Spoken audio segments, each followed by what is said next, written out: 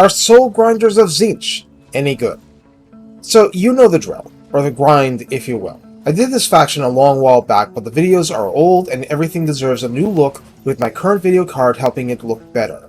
So let's take a good look at the Tzeentch version.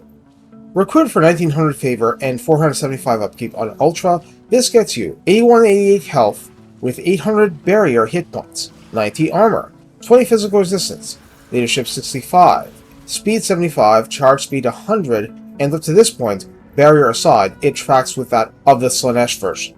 Melee attack is 42, and magical attack, way less than the Tzeentch version. Attack interval of 4 with a splash target size of large and a max entity's damage of 8, and that's identical.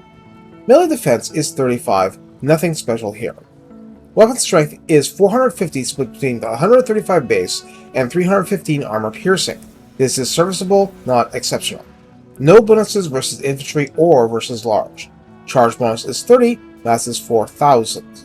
Now, unlike the Tzeentch version, this one has a ranged weapon. I note that while this pretends to be artillery, that's field artillery, not something you can use against walls. Ammunition comes at 15, but Tzeentch Corruption can increase this. Range is 250, which means way less than real artillery, and the official damage is 500, all magical attack. Each projectile does 24 base damage and 96 armor piercing, with a bonus versus large of 40. But you'll see that on the damage side, there is no melee attack number equivalent. The Soul Grinder unleashes 5 shots per volley. This arcs as if it's artillery. Reload time is 12. Total accuracy is given as 20, and this rises with XP chevrons. Calibration distance is 200, so it's wildly inaccurate comparatively past 200, and the calibration area is 0.5, which is insanely small, so if the shot is on target, it's likely to hit. Also, there is unit penetration against packed infantry, listed as medium, with an absolute maximum of targets penned of 5. This unit is demonic, siege attacker, and inflicts fear and terror per usual. In the Kairos Redline skills, Warped Retainers grants a maximum of plus 12 armor and plus 6 melee attack at 3 pips.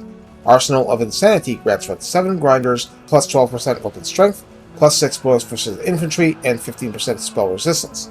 That is to say, where Tzeentch tends to front-load amazing benefits in the initial 3 pips, Kairos etc. benefits are a little more shoved into the Rank 7 part, but hey, it's all good. I can't find a single specific tech that benefits Soul Grinders anywhere, but I'm not insisting it's needed. I'm just being thorough. So how do you use the Soul Grinders of Tzeentch?